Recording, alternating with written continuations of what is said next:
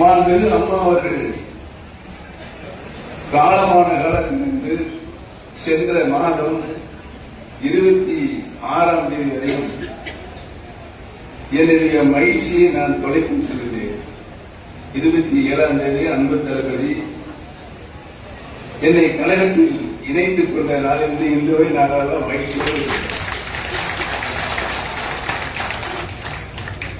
ஒரு கிட்டத்தட்ட ஒரு 9 நெருங்கி 10 ஆண்டுகளாக பல்வேறு சோதனைகளுக்கு நான் உள்ளாக்கப்பட்டேன். அதை விரிவாக சொல்ல வேண்டும் என்றால் நாட்கள் பத்தாது, மாதங்கள் பத்தாது, வருடங்கள் பத்தாது. அவ்வளவு நிமிஷங்களை நான் சந்தித்தேன். மாண்புமிகு அம்மா அவர்கள் இறந்ததற்கான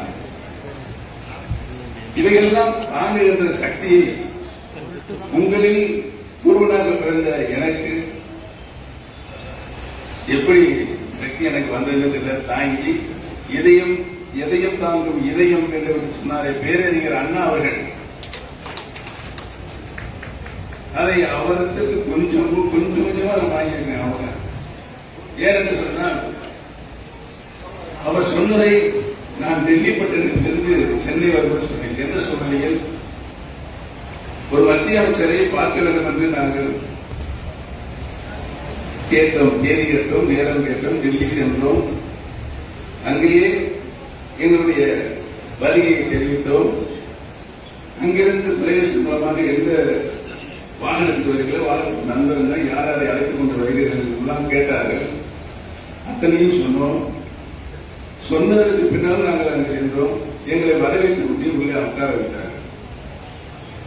உட்கார வைத்து ஒரு 15 நிமிஷம் உட்கார்ந்து 15 நிமிஷத்துக்கு பின்னால என்னிடம் வந்து அவர் உதவியாளர் இன்னைக்கு அவர்கள் உங்களை பார்க்க முடியாது சொல்லிவிட்டார். எங்க தமிழ்நாட்டிலிருந்து டெல்லிக்கு போயிருந்தோம். வரவேற்று உட்கார வச்சிருக்காங்க. 15 நிமிஷம் உங்களை பார்க்க முடியாதுன்னு சொல்லிட்டாரு.